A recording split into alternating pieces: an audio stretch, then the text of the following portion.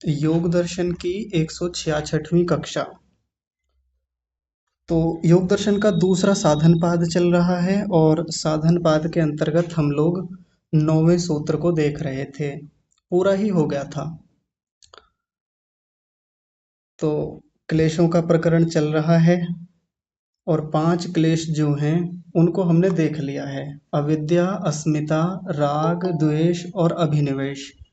तो अभिनिवेश क्लेश का मतलब होता है कि जो मृत्यु के डर के संस्कार हैं, मृत्यु से जो भय हमको होता है उसको अभिनिवेश कहते हैं। ये भी एक क्लेश है, क्योंकि डर तो सबको लगता है, गला सबका सूखता है। आपने वो ऐड सुना होगा ना, टीवी में आता है, डर सबको लगता है, गला सबका सूखता है। तो माउंटेन ड्यू पिएंगे तो डर नहीं लगेगा। ऐसा वो समाधान बताते हैं वहां पे। लेकिन इसका समाधान यहाँ कुछ और है। तो कल की कक्षा में अंत में 2 प्रश्न करके छोड़े थे और आप सबसे मैंने कहा था कि आप लोग विचार कीजिएगा इन पर। आप लोगों के यदि कोई विचार होंगे तो उनको कक्षा में रखेंगे, बात करेंगे। तो पहला प्रश्न था, मैं दोहरा देता हूँ, फिर आप बताइएगा। पहला प्रश्न ये है कि अभिनिवेश क्लेश के बारे में यहाँ ऐसी बात कही गई कि ये सभी प्राणियों में होता है।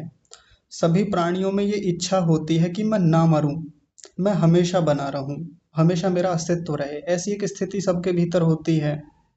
लेकिन उसके बाद भी एक सैनिक जब आर्मी में, जब किसी बॉर्डर पर लड़ने के लिए जाता है, तो उसके मन में हम देखते हैं कि ऐसा सुना जाता है कि वो डरा नहीं था बिल्कुल भी। वो सीधा जाकर के दुश्मनों के सामने खड़ा हो गया और वो हंसते हंसते बलिदान को प्राप्त हुआ। उसने गोलियों को ऐसे ही झेल लिया अपने सीने पर। ऐसे ही आतंकवादी के बारे में भी देखने में आता है कि अपने मजहब के लिए जब वो किसी मिशन पे जाता है, तो धूमधाम से वो अपने शरीर पर बम बांध कर या खतरनाक हथियार लेकर के ऐसे ही निकल जाता है कि मुझे मरने की कोई चिंता नहीं है, कोई डर नहीं है। और जब वहां से वो पहुंचता है तो सामने वाले पक्ष की ओर से उस पर वार भी किया जाता है, गोलियां बरसाई जाती हैं, बम बरसाए जाते हैं और वो वैसे ही मर जाता है। तो यहाँ जो बात कही थी कि सभी प्राणियों में डर होता है, तो ऐसे लोगों में डर क्यों नहीं दिखता? ऐसा क्या है कि वो ये कहते हैं कि हमको मरने से डर नहीं लगता? और शायद आपने एक गाना सुना होगा, फिल्मी गाना है, मतलब वो जब चीजें समाज में हम देखते हैं तो ऐसे भी विचार जाता ही है। शायद बादशाह नाम की एक मूवी है, उसमें शाहरुख खान है, तो एक गाना है अभिजीत भट्टाचार्य जी की आवाज में कि वादों से अपने मुकरता नहीं, मरने से मैं कभी डरता नहीं। ये गाना खूब चलता रहता है इधर उधर। मैंने कई बार सुना तो मुझे लगा कि ये व्यक्ति ऐसे कैसा है जो अपने वादों से मुकरता नहीं है और मरने से ये कभी डरता भी नहीं है। तो ये जो लोग ऐसी बड़ी बड़ी बातें करते हैं कि मरने से मैं कभी डरता नहीं, शाहरुख खान जो उस मूवी में कहता है कि मरने से मैं कभी डरता नहीं, तो क्या वास्तव में वो डरता नहीं है या डर होता है उसके भीतर, केवल कहने की बात है? ये सैनिक है, आतंकवादी है, वो जो कहते हैं जी मुझे डर नहीं लगता मरने से, मुझे भेज दो, आज ही भेज दो बॉर्डर पे, मैं मरने से नहीं डरता। तो ये कहाँ तक बात सही है, कहाँ तक गलत है? ये अभिनिवेश क्लेश इनके भीतर भी है या नहीं है? यदि आप में से किसी ने इस पर विचार किया हो, किसी को कोई समाधान मिला हो, तो आप बताइए। आप अपना हाथ खड़ा कीजिए। जी, दीपक राणा जी, आप बताइए। सादर नमस्ते आचार्य जी। नमस्ते जी। आचार्य जी, डर तो होता है, जी। डर बिल्कुल होता है, लेकिन जैसे हम अभिनिवेश क्लेश को पढ़ करके समझ करके हम्म, उस क्लेश को हम दबाते हैं, जी। उसको हम मतलब खत्म कर देते हैं। जी। इसी प्रकार से बेशक सेना में जो भर्ती है या जो आतंकवादी भी है, जी। उनका भी ब्रेन वॉश किया जाता है या उन्हें इस तरह से तैयार किया जाता है, ट्रेनिंग की दी जाती है कि उनका ये क्लेश, बेशक उन्हें ये वर्ड्स ना पता हो कि हाँ ये इस टाइप का कोई वर्ड है जी। क्लेश टाइप में हम्म। और अभिनिवेश में, हम्म। लेकिन वो उनको ट्रेनिंग से इतना कर देते हैं कि हाँ वो एक भय उनके अंदर से निकल जाता है और एक ये कंसेप्ट उनके अंदर आ जाता है कि हाँ मृत्यु होनी है और ये गर्व की बात होगी अगर यहाँ पे हमारी मृत्यु होती है जी। तो इस तरह से वो कुछ मतलब ओवरकम हो जाते हैं इस चीज से। जैसे कोई भी सन्यासी या कोई भी बड़ा व्यक्ति अभिनिवेश क्लेशों को खत्म करेगा, तो वो भी एक किस्म से यही होगा कि ओवरकम हो गया उस चीज से। हाँ बिल्कुल। जी, ऐसा मुझे समझ में आया। हाँ जी, बहुत बढ़िया, एकदम ठीक है। पर इसमें भी और भी कुछ गहरी बातें हैं, उन पर भी विचार करेंगे। पर आपने जो अपना पक्ष रखा है ना, ये भी एकदम ठीक बात है। ऐसे ही शुरुआत होती है किसी की भी। तो आगे बात करते हैं।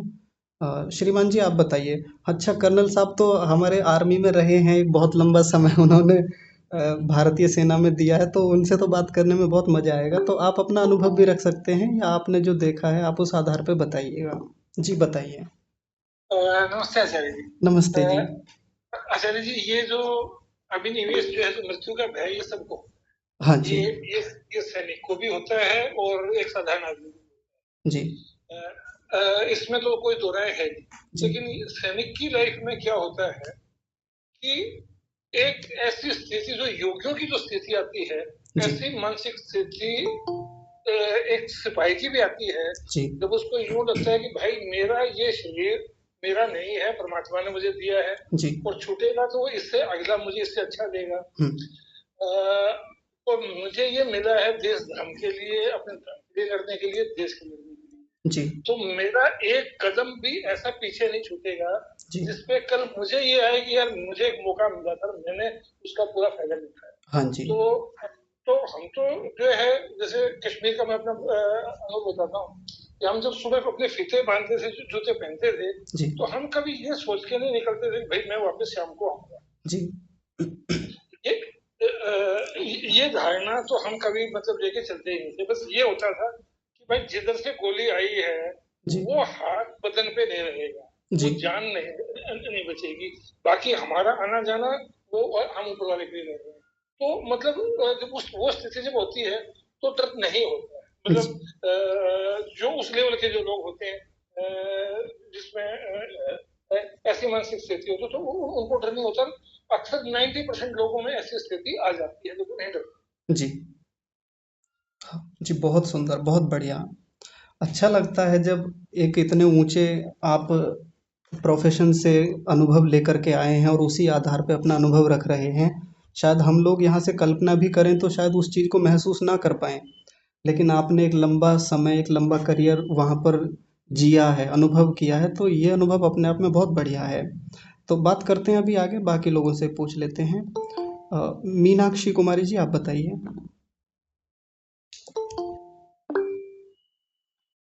हाँ जी, वो कांस्टेंट प्राइमिंग की ही होती है। जैसे किसी के भी वो कांस्टेंट उनके दिमाग में, चाहे वो मिलिट्री मैन होंगे हैं या फिर जो आतंकवादी हैं, तो उनकी ट्रेनिंग के दौरान उनको कॉन्स्टेंटली उस टाइप से प्राइम किया जाता है, इसीलिए वो नहीं घबराते हैं। मुझे वैसा ही लगा, क्योंकि हम लोग अपने पेशेंट्स में देखते हैं जी। कि जैसे अब जो मुस्लिम्स हैं या जो क्रिश्चियंस हैं, जी। वो अपने धर्म ग्रंथों को बहुत पढ़ते हैं, जो भी हैं, एंड वो लोग कभी भी एबॉर्शंस के लिए नहीं आते हैं, क्योंकि वो इसे गलत मानते हैं। हमारे वेद में भी इसे गलत लिखा हुआ है, लेकिन हमारे यहाँ कोई पढ़ते नहीं है। सो लोग बड़े इजीली आते हैं और कहते हैं इसे मुझे प्रेगनेंसी नहीं चाहिए, क्योंकि उनकी प्राइमिंग नहीं हुई है। हाँ जी। सेम में देखते हैं कि नॉर्मल डिलीवरी में जो मुस्लिम्स हैं, उनकी प्राइमिंग रहती है even if you die during normal delivery, तो आप अल्लाह आपको स्पेशल जो भी है जन्नत वन्नत बख्शेगा, लेकिन इसलिए वो काफी टॉलरेट कर लेते हैं। हाँ जी। बट अदर लोग नहीं टॉलरेट करते क्योंकि उनकी प्राइमिंग नहीं हुई है। जी। तो इसी तरह का इसमें भी होगा, ऐसा मुझे लगा। हाँ जी, हाँ जी, बिल्कुल, बहुत बढ़िया। तो अभी और इस पर विस्तार से करेंगे बात। आगे प्रतिभा सिंह जी आप बताइए। आचार्य जी, मुझे ऐसा लगता है कि जैसे योगियों के लिए परमात्मा की भक्ति समाधि ही उनके लिए सब कुछ है, उसी तरह एक आर्मी पर्सनल के लिए उनको राष्ट्र भक्ति ही सर्वोपरि है। वो भक्ति ऐसी होती है कि उसके आगे उन्हें जन्म मृत्यु परिवार कुछ नहीं दिखता है, सिर्फ राष्ट्र दिखता है और उसका हित दिखता है। उस वक्त मृत्यु का भय भी चले जाता है उनका। तो नहीं होता उनके भीतर ये वाला भय? भय साधारण रूप में तो रहता है, हाँ। परंतु जिस वक्त वो as a officer, as an army personnel या जी फिर नेवी या एयरफोर्स किसी भी मतलब विभाग में डिफेंस के, जी वो जब अपने कर्तव्यों पर आते हैं तो उनमें राष्ट्रभक्ति ही इतनी ऊंची हो जाती है, मतलब वो समाधि वाली स्थिति हो जाती होगी कि वहां उन्हें मृत्यु का कोई भय नहीं रहता, हाँ ठीक है सिर्फ बिल्कुल। मिशन और अपना टारगेट दिखता है। जी जी हाँ बिल्कुल ऐसा कह सकते हैं। तो अभी बहुत अच्छा आपने बिंदु रखा है, इसी को आधार बना के अपनी बात को हम पूरी करेंगे अभी। आगे सरोज अग्रवाल माता जी आप बताइए। आचार्य जी, मैं ऐसा सोचती हूँ कि भय तो रहता होगा, जी लेकिन उनकी अपनी जो मर्यादाएं या उनके जो अपने प्रतिज्ञाएं कह लीजिए या जो उनके विचार हैं, उसकी वजह से उनमें एक साहस बढ़ जाता होगा। जी जैसे वही आर्मी वाले का, हम आज वही उन्हीं का उदाहरण लेंगे। तो हमारे वैसे हमारे जो साहित्य में भी दिया है, हमारे जो जयशंकर प्रसाद है, उन्होंने कहा है मृत्यु अरि तेरा अंकिमानी शीतल। तो जहां उनके मन में इस तरह की भावना होती है कि नहीं मुझे कुछ नहीं होगा, मैं तो एक शीतलता के ऊपर जा रहा हूँ और मुझे अपने कर्तव्य का पालन करना है, इस तरह से जहां तक मुझे लगता है कि वो इसलिए उनके अंदर एक हिम्मत आती होगी। एक बार डरते होंगे जरूर, मन में एक आता होगा कि कल क्या होगा, लेकिन जब ये पता है कि मैं एक आत्मा हूँ, जैसे कि हमारे गीता में कहा गया है कि आत्मा है और शरीर का क्या है, ये तो वस्त्र की तरह से बदला जाता है। तो जहां उनके अंदर इस तरह की भावना आती होगी, तो कहीं भी युद्ध हो रहा है या कुछ हो रहा है, तो उनके अंदर एक बहुत बड़ा साहस आता होगा जो उनके उस पर डर को निकाल देता। हाँ जी मेरा ऐसा जी हाँ बिल्कुल बहुत बढ़िया, ये भी काम करता है। आगे देखते हैं, रमेश वारखेड़े जी हैं, आप बताइए। नमस्ते आचार्य जी। नमस्ते जी। मैं पहली बार हिस्सा ले रहा हूँ अभी अपनी कक्षा में। हाँ जी हाँ जी जैसे कि अभी बताया कि मृत्यु का डर नहीं होता है, क्योंकि सैनिक या उसको उसका कर्तव्य रहता है और कर्तव्य निभाने के मतलब उनका धर्म रहता है वो कर्तव्य निभाना, इसलिए उनके मन में कोई डर नहीं होता है। वैसे आतंकवादी का भी आपने एग्जाम्पल दिया कि आतंकवादी है तो उसे भी वो धर्म लगता है जी और धर्म का पालन करना ये तो क्षत्रिय का कर्तव्य रहता है। जी जैसे कि अर्जुन क्षत्रिय था और उसे युद्ध का डर नहीं था, बाकी अलग डर था, लेकिन वो मरने से नहीं डरता था। हाँ जी और हाँ, ये थोड़ा एक्सप्लेनेशन हुआ, लेकिन मेरा एक सवाल ऐसा है कि ठीक है अभी हमने जो बातें की कि एक सैनिक होगा या आतंकवादी होगा, लेकिन कोई लोग सुसाइड करते हैं जी तो उनके मन में क्या मृत्यु का भय नहीं रहता है, क्लेश नहीं रहता उनके मन में, या उनकी कौन सी मानसिक स्थिति होती है जिसके कारण वो डरते नहीं है? हाँ जी हाँ इस पर बात कर लेंगे अभी। पहले ये जो प्रश्न है हमारा, इसको थोड़ा सा देख लेते हैं एक बार, मैं आपकी बात को ध्यान रखूंगा। ठीक है, यही मेरा सवाल था। और सब कर्तव्य पालन है इसलिए उनको डर नहीं लगता है। जी जी ठीक है। तो देखिए वैसे तो हाँ ठीक है जी, वैसे तो कई विचार आ गए हैं, लेकिन मैं अब जो लोग आगे हाथ खड़े हुए हैं मैं उनसे भी कहूँगा संक्षेप में अपनी बात को रखें, प्रश्न को ध्यान से सुनेंगे। कि सैनिक है, आतंकवादी है, वो भी जब जाता है सीमा पर तो बिना डर के वो अपनी जान को न्यौछावर करने के लिए तैयार रहता है। तो क्या उसके भीतर ये डर नहीं होता? जबकि यहाँ कहा है सभी प्राणियों में होता है। तो अभी तक जितने उत्तर आए हैं सब ज़्यादातर लोग ये कह रहे हैं कि डर तो रहता है, वो कम हो जाता है, कम कर लेते हैं, कर्तव्य की भावना ऐसी होती है, मिशन ऐसा होता है, तो कम हो जाता है लेकिन रहता तो है। तो ऐसे ही अब आप भी आगे अपना विचार रखिए। नीति माता जी आप बताइए। नमस्ते जी। नमस्ते माता जी। हाँ, तो अभिनिवेश जो क्लेश है उसका जो डेफिनेशन है, व्याख्या है, उसमें ऐसा बताया है कि पूर्व जन्म के संस्कार से ये सभी आते हैं। मीन्स पूर्व जन्म में भी हमने जो मृत्यु पाई हो उसका डर भी, तो हमारे में पूर्व जन्म से ये संस्कार होते हैं और ये हमने आगे जो बड़ा प्रसुप्त दशा में से जो अपना अभी कार्य नहीं करते में संस्कार के रूप में सोए पड़ते हैं, सोए रहे होते हैं, और इस जन्म में जो सैनिक बने होते हैं जो आतंकवादी क्या करते हैं उसको वो संस्कार वो जो ट्रेनिंग दी जाती है उससे ये भय को उसने तनुदशा में लाया होता होगा। हाँ। इसलिए जाते समय तो उसको डर नहीं लगता है, लेकिन जब वो मृत्यु आती है तभी तो ये अवश्य रूप से, क्योंकि ये पूर्व जन्म के संस्कार के रूप में होता है, इसीलिए वो जब भी मृत्यु आती है तभी तो उसको डर होगा ही जी। मृत्यु के, हाँ, बहुत ऐसा बढ़िया। मेरा मानना है। हाँ, पता नहीं जी, माता जी बहुत सुंदर, बहुत बढ़िया। कितने लोगों ने माता जी की बात पे ध्यान दिया होगा, नहीं दिया होगा, मैं ध्यान दिलाऊंगा थोड़ी देर में। बहुत सुंदर एक बिंदु रख दिया और उस बिंदु से ही समाधान आ गया था। आगे पहले पूछ लेते हैं बाकी लोगों से। जी, चौधरी साहब आप बताइए। जी आचार्य जी, सादर नमस्ते। नमस्ते जी। आचार्य जी, मैं इसको दो तरह से लेके चल रहा हूँ। जी। एक तो आदि भौतिक रूप से। जी। आदि भौतिक रूप में मतलब जितने भी हमारे सांसारिक संस्कार भी हो सकते हैं और आगे जितनी भी अवस्थाएं होंगी। जी। और दूसरा थोड़ा सा आध्यात्मिक पे भी लेंगे। जी। पर आध्यात्मिक में थोड़ा सा हमें इसको जो है केवल जो हमारे अपने वो है, क्योंकि इसमें सभी रिलीजियंस का मामला है। जी। सैनिक तो सभी रिलीजन में होते हैं, क्रिश्चियन भी होते हैं, मुसलमान भी होते हैं। हाँ। उनके यहाँ तो ये जो है आत्मा वाला मामला जो है हाँ। वो जो उनके वो जो है पुनर्जन्म भी नहीं वो मानते लोग हैं। जी, बिल्कुल। तो इसमें जो अभी बहन जी ने कहा था कि वही तनु यानी कि प्रतिपक्ष भावना को अगर हम इसमें जो है थोड़ा सा जो है भौतिक रूप में उनकी ट्रेनिंग इस तरह से होती है। जी। इस तरह से उनको ये समझाया जाता है कि देखो आपके कर्तव्य क्या है और आपका जो है आगे पूरा उनको इस तरह से सेंसिटाइज कर दिया जाता है। अभी हमने एक तरह से वो प्रतिपक्ष भावना ही है, यानी कि जो हमारे क्लेश होंगे उन क्लेशों का जो जिसमें वही तनु वाला है उसमें खास तौर से आता है। हाँ जी।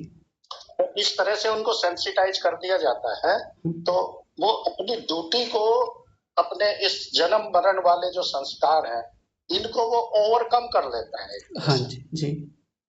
और जब वो ओवरकम हो जाएंगे हमारे, तो उनको आप दग्ध बीज शब्द भी इस्तेमाल कर सकते हैं कि उन्होंने अपने इतनी उनकी ट्रेनिंग विग्रसली और इस तरह की उनकी ट्रेनिंग होती है कि उनके जो संस्कार हैं वो एक तरह से दग्ध बीज की स्थिति में आ जाता है। नहीं, और दग्ध जब बीज वो उसमें आ जाएंगे तो फिर वो जो है उनको मृत्यु वाला जो पुनर्जन्म से या इस जन्म से तो अभी उनको अनुभव वाला हुआ नहीं था। कीट पतंगे और ये सब पूर्व जन्म वाला ही मामला माना गया था। तो उन संस्कारों को जब वो ओवरकम कर लेगा तो फिर उनको ये मृत्यु वाले उसमें ज्यादा प्रॉब्लम आएगी नहीं, जहां तक मैं अपना समझता हूँ। हाँ जी। बाकी जो आध्यात्मिक है, हमारी जो मान्यता है, अपनी मान्यता के हिसाब से हम आध्यात्मिक रूप से ये मानते हैं कि भाई हम मतलब आत्मा ना तो हम कभी मरते हैं ना कभी हम पैदा होते हैं। जी। हम तो हमेशा ऐसे ही रहते हैं, केवल अपना हमारा जो है चोला बदल जाता है। और इतना ही गुरु जी मेरा इसमें जो है थोड़ा सा सोच है। हाँ जी, बहुत बढ़िया, एकदम बढ़िया। तो आपने माता जी के उसी बिंदु को पकड़ा था जो पकड़ने योग्य था और उसी पर अपने अपनी बात रखी। बहुत सुंदर। आगे रश्मि वाही जी हैं, आप बताइए। हाँ जी आचार्य जी, नमस्ते आचार्य जी। नमस्ते जी। जी आचार्य जी, मैं भी यही कहना चाहती हूँ, जैसे हमारे अंदर भी देशभक्ति के तो संस्कार हैं, लेकिन वो नॉर्मल डेज में प्रसुप्त अवस्था या छिन्न अवस्था, मृदु अवस्था में ही रहते हैं। लेकिन जैसे कोई सैनिक है, वो कोई ड्रेस पहनते हैं और तैयार होते हैं जाने के लिए, तो वही संस्कार, देशभक्ति के संस्कार उनके उदार भाव में आ जाते हैं। क्या बात है। तो वो मतलब वो अपने देश की जान देने के लिए वो उदार भाव में रहती है, यही कहना चाहती जी, हूँ। बहुत सुंदर। अच्छा, नमस्ते। जी, बहुत सुंदर। यही थी वो बात जो कहने योग्य थी और जिस पर सारी बातें रखी जाएंगी अब आगे। तो चलिए समाधान की ओर बढ़ते हैं, देखते हैं कि इसमें आगे क्या है। अच्छा, कुछ और कहना है आपको? हाथ खड़ा किया फिर से। चलिए ठीक है। तो लगभग सभी लोग ये मानते हैं कि डर तो रहता है, यानी मृत्यु का जो भय है या कहें कि अभिनिवेश क्लेश जो है वो तो रहता है। और हम सब लोगों में सबसे अच्छा प्रमाण यदि किसी का माने तो वो हमारे कर्नल साहब हैं, क्योंकि उन्होंने खुद बताया कि जब वो जूते के फीते बांधते हैं सुबह को, जब ड्रेस पहनते हैं, तो ये बिल्कुल भरोसा नहीं रहता कि आज हम वापस लौट के भी आएंगे या नहीं। यानी डर तो है कि भीतर भय रहता है कि पता नहीं क्या हो जाए, आज कहाँ जाना पड़ जाए, कहाँ के लिए आदेश मिल जाए। तो अभी जो नीति माता जी ने, चौधरी साहब ने या रश्मि वाही जी ने अपना एक मंतव्य रखा कि जिस समय कोई सैनिक अपने कर्तव्य के लिए आगे जाता है तो भले ही उसको उसकी अपनी परंपराओं के अनुसार, उसके धर्म के अनुसार कुछ भी सिखाया गया हो, लेकिन एक बात तो तय है कि हर सैनिक को एक बात सुनाई जाती है कि सामने वाला जो शत्रु है उसको मारना है। उसकी उसके प्रति जिघांसा का भाव उसके मन में भरा जाता है, मारना है तो मारना है। आतंकवादी को भी यही बताया जाता है कि इतने लोग खत्म करना आपका उद्देश्य है, खत्म करके आइए। सीधी बात कह दें दर्शन की भाषा में, द्वेष क्लेश उसके भीतर भरा जाता है पूरी तरह से, अच्छी तरह से। किसके प्रति? शत्रु के प्रति। जिस समय शत्रु के प्रति एक क्लेश की भावना भीतर भर दी जाती है, तो उस समय ये वाला जो अभिनिवेश नाम का क्लेश है वो किस अवस्था में चला जाता है? हमने पीछे 4 अवस्थाएं पढ़ी हैं, प्रसुप्त, तनु, विच्छिन्न और उदार। नीति माता जी उसको तनु कह रही थी और रश्मि वाही जी ने उसको विच्छिन्न अवस्था कहा। तो यहाँ सबसे अच्छी मानने योग्य बात है रश्मि वाही जी की, उन्होंने कहा था विच्छिन्न अवस्था में चला जाता है। जब हम विच्छिन्न दशा को पढ़ रहे थे तो उसमें हमने केवल 2 क्लेशों को मुख्य रूप से देखा था। जिस समय राग होता है उस समय द्वेष नहीं होता, जिस समय द्वेष होता है उस समय राग नहीं होता, या जिस समय एक व्यक्ति के प्रति राग होता है तो दूसरे लोगों के प्रति राग नहीं होता, विच्छिन्न स्थिति में होता है, दबी हुई स्थिति में।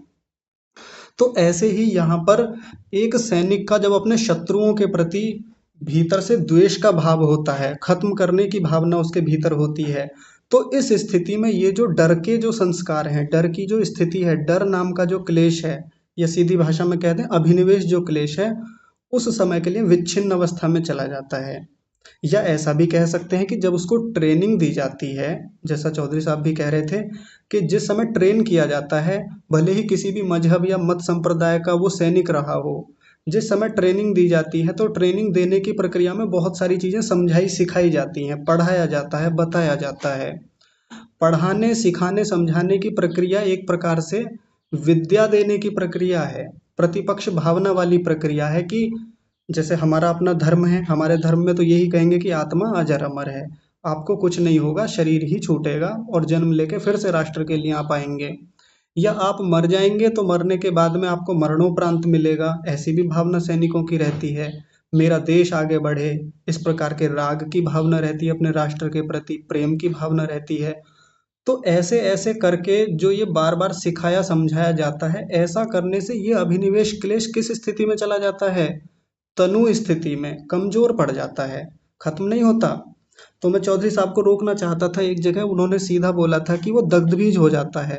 दग्धबीज शब्द गलत है, यहाँ पर ये नहीं कहेंगे, क्योंकि दग्धबीज तो क्लेशों की एक बहुत विशिष्ट अवस्था है, यानी वो तो खत्म जैसा ही मामला होता है। यानी दग्धबीज कोई क्लेश हो गया है तो उसके बाद फिर उभरेगा नहीं, जबकि आप कितनी ट्रेनिंग दे लीजिए, कितना भी कुछ कर लीजिए, वो जो डर वाला क्लेश है वो तो कभी दग्धबीज होगा भी नहीं। दग्धबीज होने की तो बस केवल एक स्थिति होती है और वो है ध्यान में जा करके, समाधि में जा करके, यानी प्रसंख्यान अग्नि से, यानी विवेक ख्याति से दग्धबीज किया जा सकता है। तो इस शब्द को नहीं कहेंगे, या तो तनु कह लेंगे या विच्छिन्न कह लेंगे। पूरी ट्रेनिंग के दौरान या राष्ट्र प्रेम इतना कूट कूट के भर दिया जाता है, मजहब के प्रति इतना उसके प्रति उसको ट्रेन किया जाता है, या 72 हूरों के प्रति इतना आसक्त किया जाता है कि वो व्यक्ति इतना राग में चला जाता है कि या तो ये अभिनिवेश क्लेश उस समय के लिए, कुछ समय के लिए विच्छिन्न अवस्था में चला गया, यानी दब जाता है कुछ समय के लिए, या तनु पड़ जाता है, कमजोर पड़ जाता है, बस इतनी बात है। लेकिन जो एक बात सभी लोग मान रहे हैं और वो ऋषि भी मानते हैं, वो तो ये है कि अभिनिवेश क्लेश तो भीतर रहता ही है। एक प्रश्न का समाधान हो गया। अब इसी से जुड़ा हुआ एक दूसरा प्रश्न कक्षा के अंत में कल रखा था, उसी का भी समाधान यहीं से आ जाएगा। तो फिर क्या इस संसार में कोई ऐसा व्यक्ति है ही नहीं कि अभिनिवेश क्लेश जिसका खत्म हो गया हो, समाप्त हो गया हो?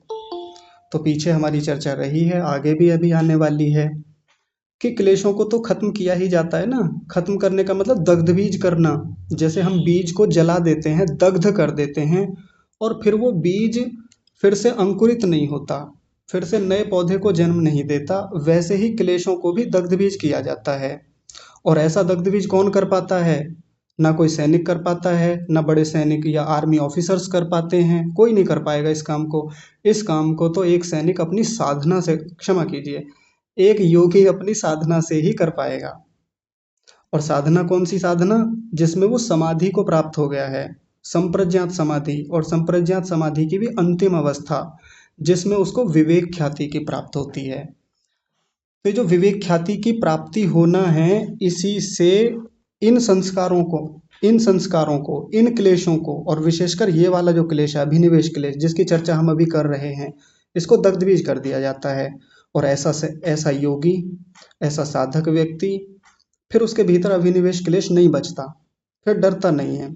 मृत्यु सामने होगी भी तो शरीर को बचाने का प्रयास करेगा वो, क्योंकि साधन है शरीर। ऐसा नहीं है कि कोई योगी अपने शरीर को बचा रहा है। मान लीजिए कोई शेर उसके ऊपर झपट के पड़ा, तो ऐसा नहीं है कि वो अपने आप को हवाले कर देगा शेर के। कहीं से गिरने की बात आई तो वो एकदम से पहाड़ की चोटी पर से, जी गिर रहा हूं तो गिर जाऊं, कोई बात नहीं, अब बचाने का बिल्कुल प्रयास नहीं करेगा, क्योंकि उसको लगता है कि अभी मेरा मिशन पूरा नहीं हुआ है। अभी जो पूरा काम मुझको मिला है मुक्ति तक के लिए, अभी मुक्ति की स्थिति तक मैं पहुंचा नहीं हूँ। और मुक्ति तक पहुंचाने के लिए जो साधन ये शरीर है, ये चित्त है, इनको तो अभी बना के रखना है, ऐसे कैसे नष्ट होने दूं। लेकिन भीतर भय नहीं है, भीतर से ये संस्कार खत्म हो गया है, दग्धबीज स्थिति में पहुंच गया है, या ये वाला क्लेश कह लें, अभिनिवेश क्लेश दग्धबीज स्थिति में पहुंचा दिया है। तो योगी को कभी मृत्यु का भय होता भी नहीं है। इसमें एक और थोड़ा सा तुलनात्मक अध्ययन करें हम, तो सैनिक के भीतर भी ये स्थितियां भरी जाती हैं। जैसे हमारे धर्म के सैनिक हैं, उनको बहुत अच्छे से सिखाया जाता है कि आत्मा तो अजर अमर है। और हमारी सेनाओं में इस प्रकार से धर्म गुरुओं की भी भर्ती की जाती है, जो गीता के आधार पे या बाकी धर्म शास्त्रों के आधार पे सैनिकों को ये उपदेश देते रहते हैं कि आत्मा अजर अमर है, आत्मा का कुछ नहीं बिगड़ता, ये तो शरीर ही तो नष्ट होता है। और जो लोग राष्ट्र भक्ति के आधार पर अपने प्राणों को न्यौछावर करते हैं, उनको उत्तम जन्म आगे मिलते हैं। ऐसा कर करके उनके भीतर ज्ञान की स्थिति पैदा की जाती है, प्रतिपक्ष भावना के आधार पर उनको एक बहुत अच्छी स्थिति में लाया जाता है। तो ऐसा करके धीरे धीरे तनु किया जाता है उनके इस क्लेश को, और तनु करते हैं। भले इस भाषा में नहीं करते जिस भाषा में हम यहाँ बात कर रहे हैं, भाषा उनकी दूसरे तरीके से होती है, लेकिन प्रक्रिया तो यही हो रही होती है। एक योगी भी शुरुआत इसी तरह से करता है।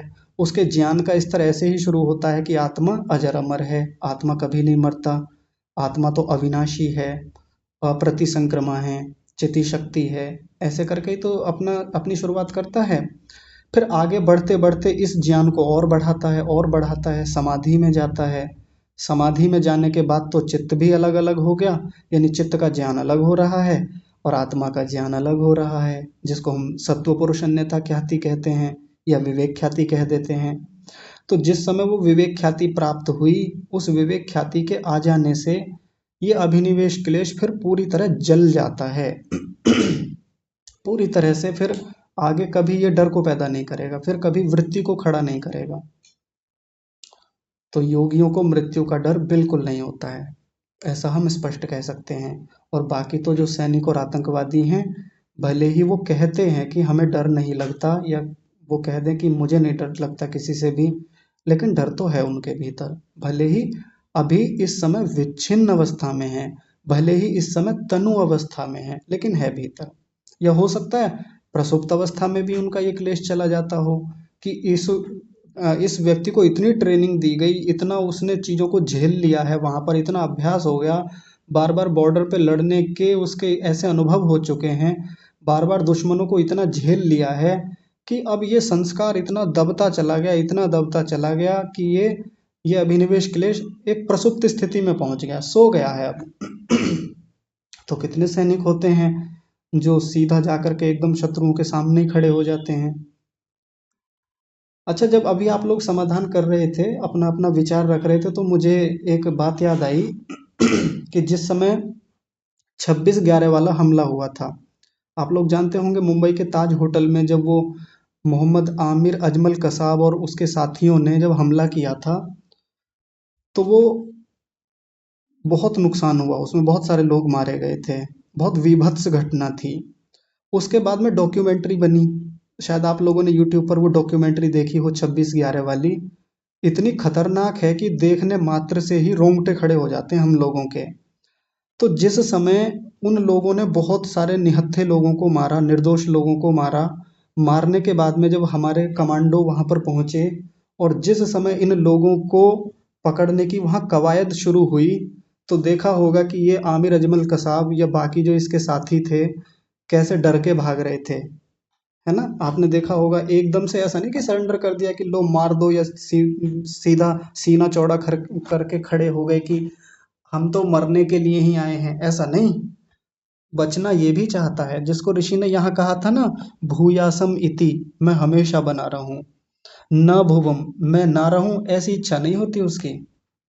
तो डर तो सबको लगता है, उनको भी लगता है, कितनी भी खतरनाक से खतरनाक ट्रेनिंग उनको दी गई हो, कितने भी एक्सपर्ट से एक्सपर्ट, या कह लें कि जो पूरी तरह प्रशिक्षित आतंकवादी होते हैं, पेशेवर आतंकवादी कह लें जिनको, वो भी एक स्थिति में आके तो भयंकर डर उनको भी लगता है। जब सामने वो स्थिति आती है, उनका ये क्लेश उदार अवस्था में आ जाता है।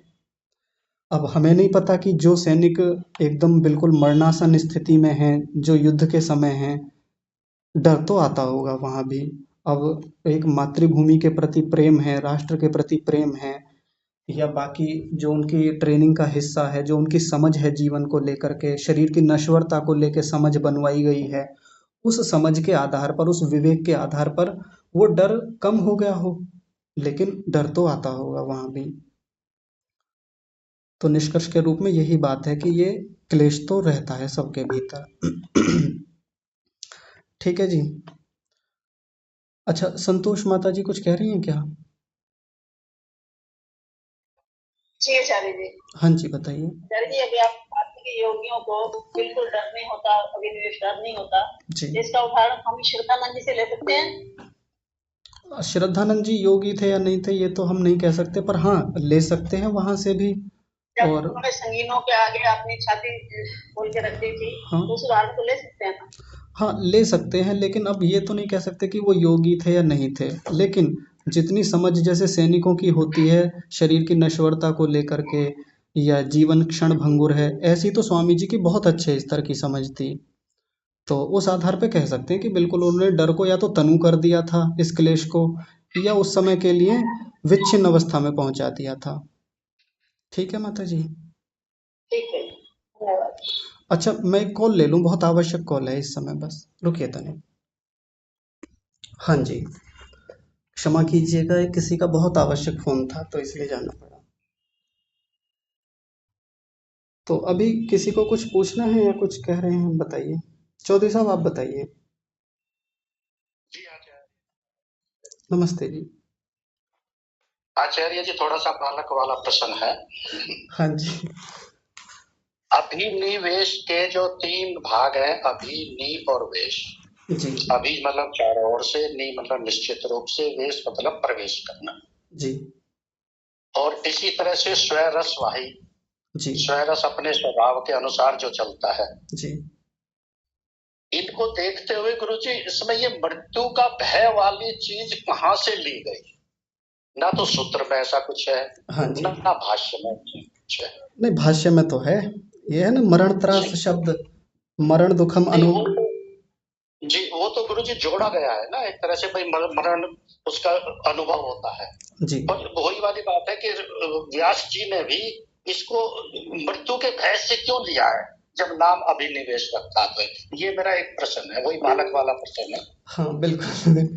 अब देखिए, ऋषियों की अपनी एक दृष्टि होती है, ये तो हम नहीं बता सकते कि ये ही नाम क्यों, सीधा ऐसा ही मरण त्रास ही रख देते ना यहाँ पे। तो ये तो ऋषियों की अपनी दृष्टि है कि ये ही नाम क्यों रखा, इसको तो नहीं खोल पाए। मैंने जैसे बाकी लोगों से भी बात की है, बड़े विद्वानों से भी जो व्याकरण के हैं, या अन्य जो दर्शन के बड़े आचार्य हैं, उनसे भी बात हुई इस बारे में, तो सीधा सीधा इस बात का समाधान वहाँ भी नहीं मिलता।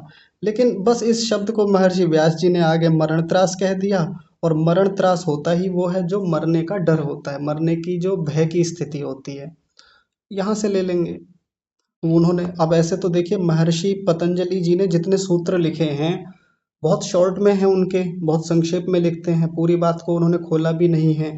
बाकी जो वो, मतलब उनकी कमजोरी नहीं है ये, ऋषियों की शैली ही ऐसी होती है कि बहुत बड़ी बात को संक्षेप में लिख देंगे। अगर वो ही फिर विस्तार से कर देते तो फिर सूत्र लिखने की जरूरत भी नहीं थी। तो जो चीज उन्होंने पूरी नहीं की, यानी पूरा विस्तार नहीं किया, उस विस्तार को महर्षि व्यास जी खोल देते हैं। कितनी सारी पीछे ऐसी चीजें आई हैं जिनका सीधा सीधा शब्दों का अर्थ नहीं पता चलता। जैसे वितर्कानुगत संप्रज्ञात समाधि में वितर्क शब्द क्यों दिया गया, वितर्क जैसी क्या बात है उसमें? ऐसे ही विचारानुगत संप्रज्ञात समाधि में विचार शब्द कहीं तक भी दूर दूर तक भी नहीं दिखता कि विचार का मतलब क्या है वहां पर। ऐसे ही आनंदानुगत संप्रज्ञात समाधि में आनंद का मतलब ही कभी समझ में नहीं आता कि वो ऐसा क्यों दिया गया। मैंने खूब लोगों से बात की है इस बारे में, लेकिन वो स्पष्टता बनती नहीं। तो अपने आप में एक पारिभाषिक शब्द तो नहीं कह सकते, लेकिन उनका अपना एक विशिष्ट तरीका है किसी शब्द को देने का, तो उस तक तो अभी हम भी नहीं पहुंचे हैं कि ये क्यों दिया गया। इसलिए अब जैसा नाम है उसी से काम चलाना पड़ता है। आचार्य जी, ये जो पूर्व जन्म के संस्कार इसमें बताए गए हैं जी, तो जैसे हालांकि वो तीसरे पाद में आएगा, एक पहले भी एक चर्चा हुई थी कि भाई पूर्व जन्म की हमें कुछ चीजें याद रहती हैं जी, तो कैसे याद रहती हैं। तो उसमें वही 3 चीज धारण, ध्यान और समाधि, जब तीनों की संयम वाली स्थिति उत्पन्न हो जाती है तब वो पूर्व जन्म की चीजें हमें याद आती हैं। और हाँ यहाँ पर जो भाष्य में लिखा गया है कि वे पूर्व जन्म के संस्कार कीट कर्मियों को भी या साधारण मनुष्य को भी या जो विदुषी लोग होते हैं, हालांकि जो योगी नहीं होते पर विद्वान होते हैं, वहाँ विदुषी शब्द दिया गया है, उनको जो ये संस्कार आते हैं उसकी वजह से हमें ये मृत्यु भय होता है। तो वो वाला जो है प्रकरण संयम वाला, धारणा ध्यान सब, उसमें जो पूर्व जन्म की चीजें याद आती हैं, और ये वाली जो है, ये दोनों का कुछ डिफरेंस है क्या? हाँ जी, बिल्कुल डिफरेंस है, वो एक अलग चीज है। वो जो अभी तीसरे पाद में वो चर्चा आएगी, पूर्व जन्मों का किसी को याद आ जाता है, पूर्व जन्मों की एक स्मृति बन जाती है, तो वो तो सीधा पता चल जाता है कि पूर्व जन्मों की हमारी क्या स्थितियां होती थी। लेकिन यहाँ पता नहीं चलता, यहाँ तो एक अनुमापन होता है केवल। ये अनुमापयति शब्द है ना, अनुमापन मात्र होता है, एक प्रकार से अनुमान जैसा ही हो पाता है कि हाँ, जब इस जन्म में कोई व्यक्ति डर रहा है, छोटा बच्चा है, अभी अभी अभी उत्पन्न हुआ है और मृत्यु से उसको डर होता है, मृत्यु से बचना चाहता है, तो यहाँ एक अनुमान लगाते हैं कि निश्चित रूप से पूर्व जन्मों की एक वासना उसके भीतर है, यानी पूर्व जन्मों के मरने के अनुभव, मरने के डर के अनुभव उसके भीतर बैठे हुए हैं। तो बस यहाँ तो केवल उसका एक अनुमान जैसा लगाया जाता है, और आगे जो आएगा उसमें तो सीधा एक उस स्थिति में व्यक्ति पहुंचता है, पीछे का ऐसा पता चलता है। बाकी उसको तीसरे पाद में और विस्तार से देखेंगे।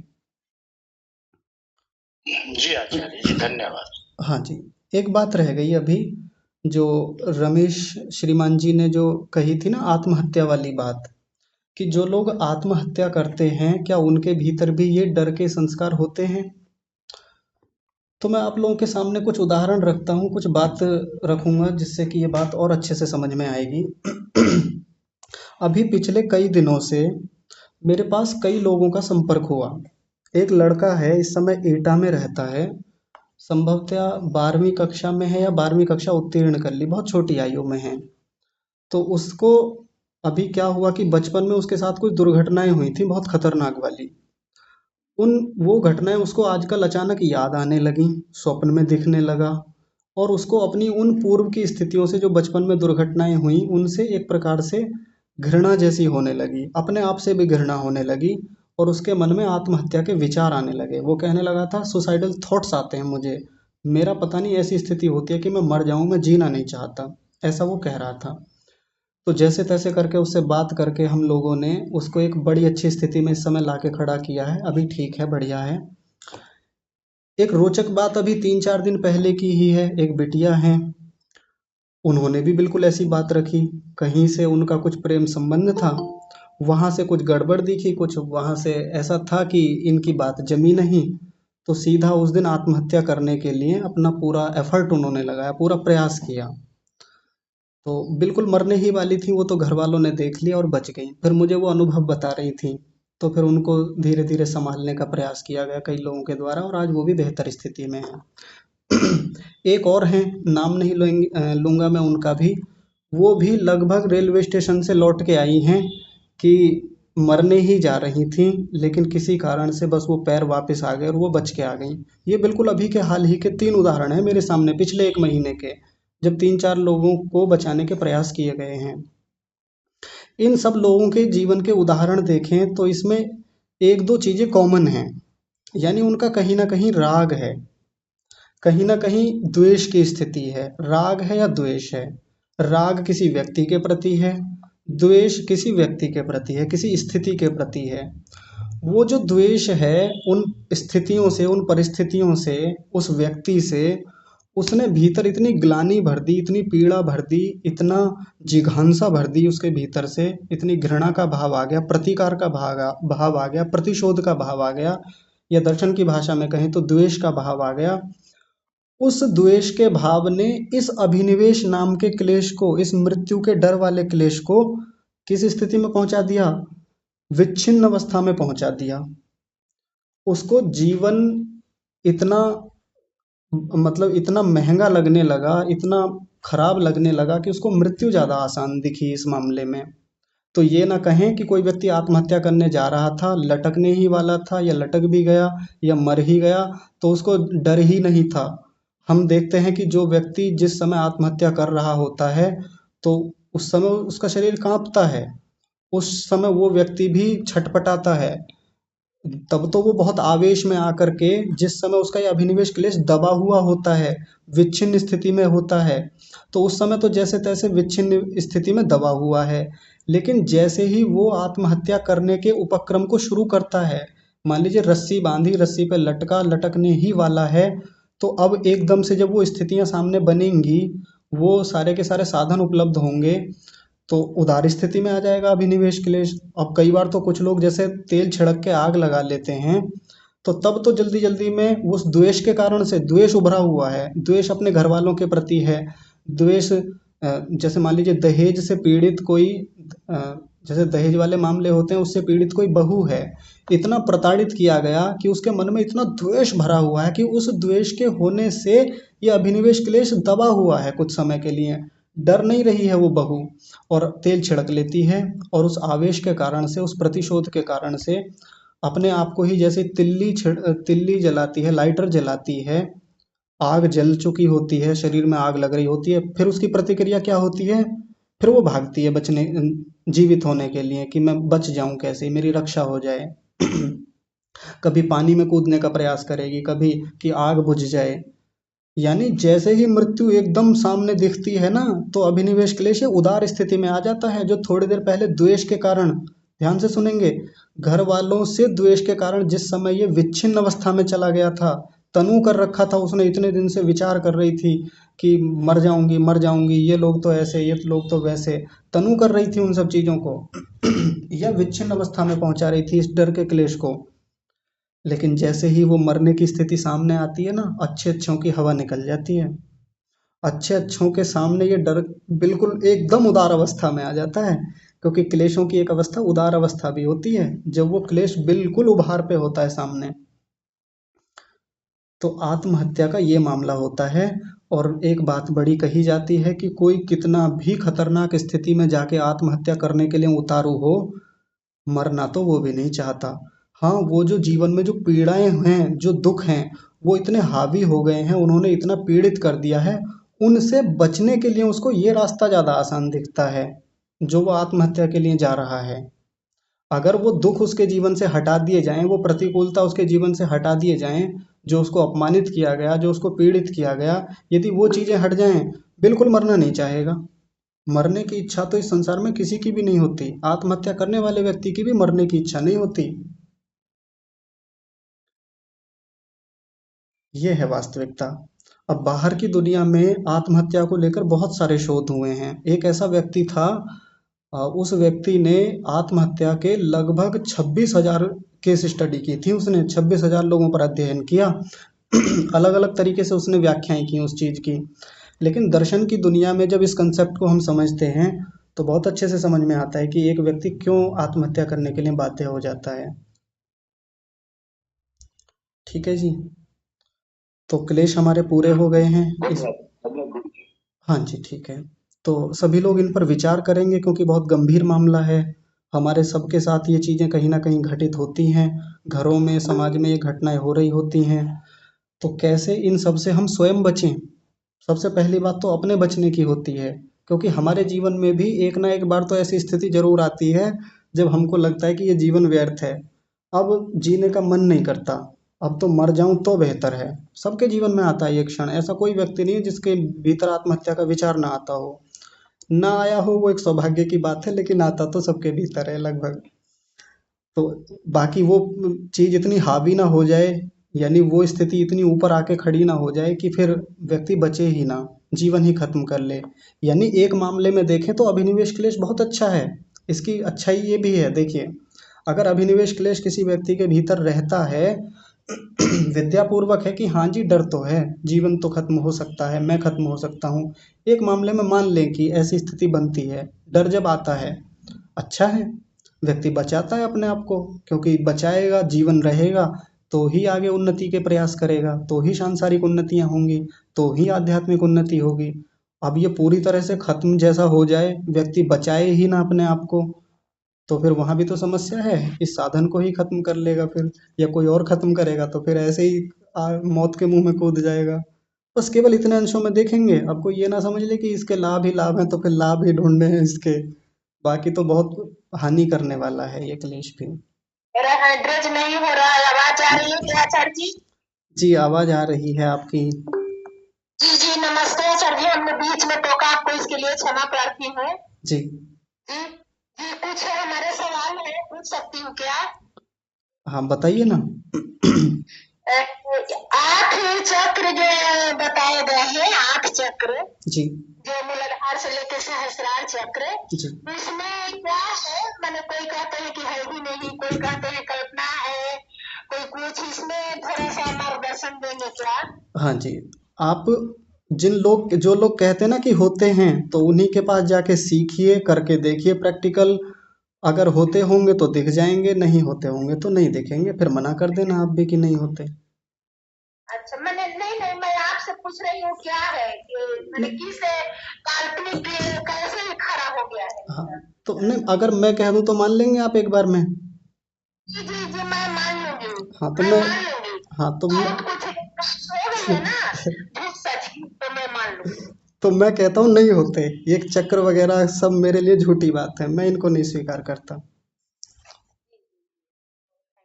जी धन्यवाद। हाँ जी ठीक है। अच्छा विवेक कुमार जी, आप भी कुछ कह रहे हैं, बताइए। मतलब अपना मैं चलेगी जैसे क्वेश्चन रिलेटेड तो हम लोग तो जब सेशन अटेंड किए थे तो उस समय तो ये टॉपिक आया था कि मतलब आत्महत्या पाप है, मतलब फिर भी अगर हम इसे अगला जन्म जैसे आत्महत्या के बाद जब शरीर हम लोग को पुनः मिलता तो मानव शरीर नहीं मिलता है ना, इसमें ऐसा ही बात कहा गया था।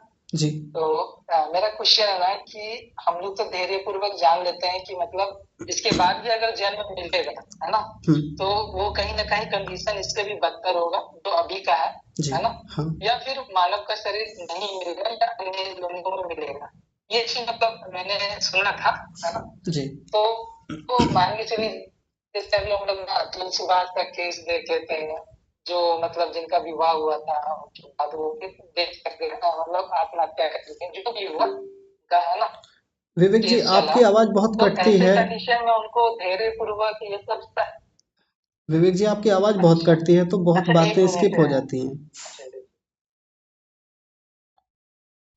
आप एक मिनट नहीं, समय भी बहुत हो गया है, अब आप फिर से बोलेंगे वो सब समाधान में बहुत टाइम लग जाएगा।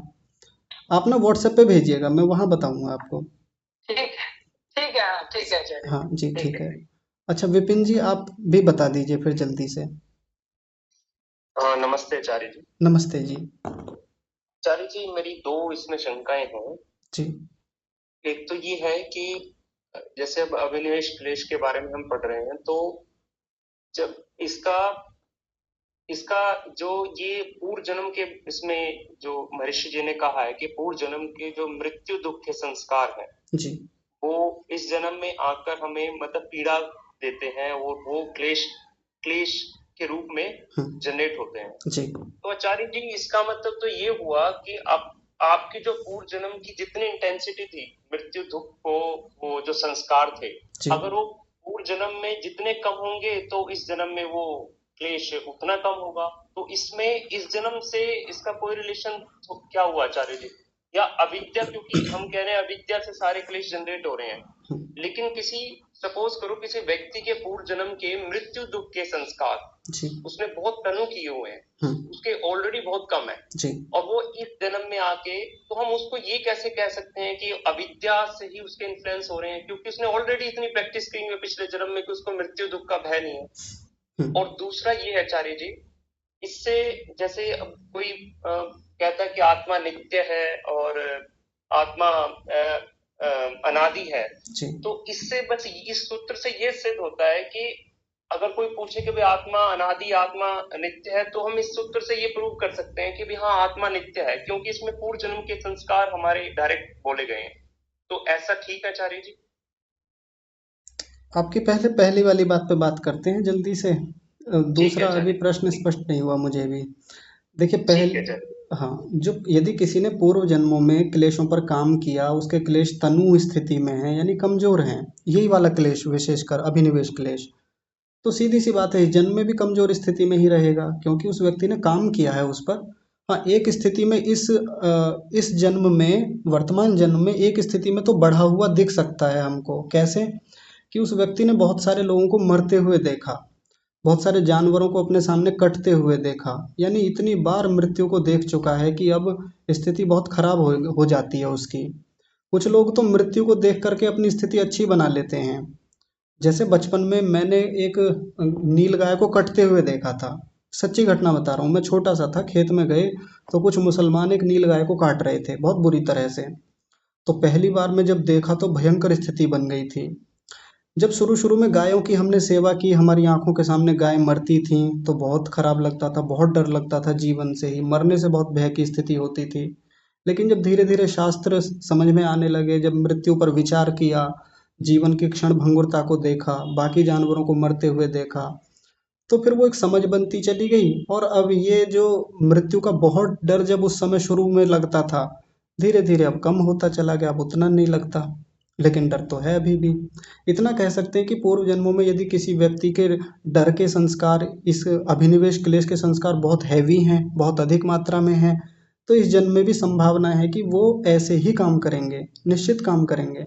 और यदि पूर्व जन्मों में साधना से, समझ से, प्रतिपक्ष भावना से, ज्ञान पूर्वक, विद्या पूर्वक कमजोर कर लिया है, तनु कर लिया है, तो इस जन्म में भी वो तनुता को ही प्राप्त करेंगे, यानी कमजोर ही रहेंगे और व्यक्ति धूमधाम से आगे बढ़ेगा फिर। ठीक है जी? जी आचार्य जी, धन्यवाद। हाँ जी, तो दूसरा प्रश्न आप चाहे व्हाट्सएप पे भेज दीजिएगा, तब बात कर लेंगे आगे। जी जी आचार्य। हाँ चलिए, समय हो गया है। सभी का बहुत सारा धन्यवाद। आज की कक्षा को यहीं विराम। आप सभी को सादर प्रणाम।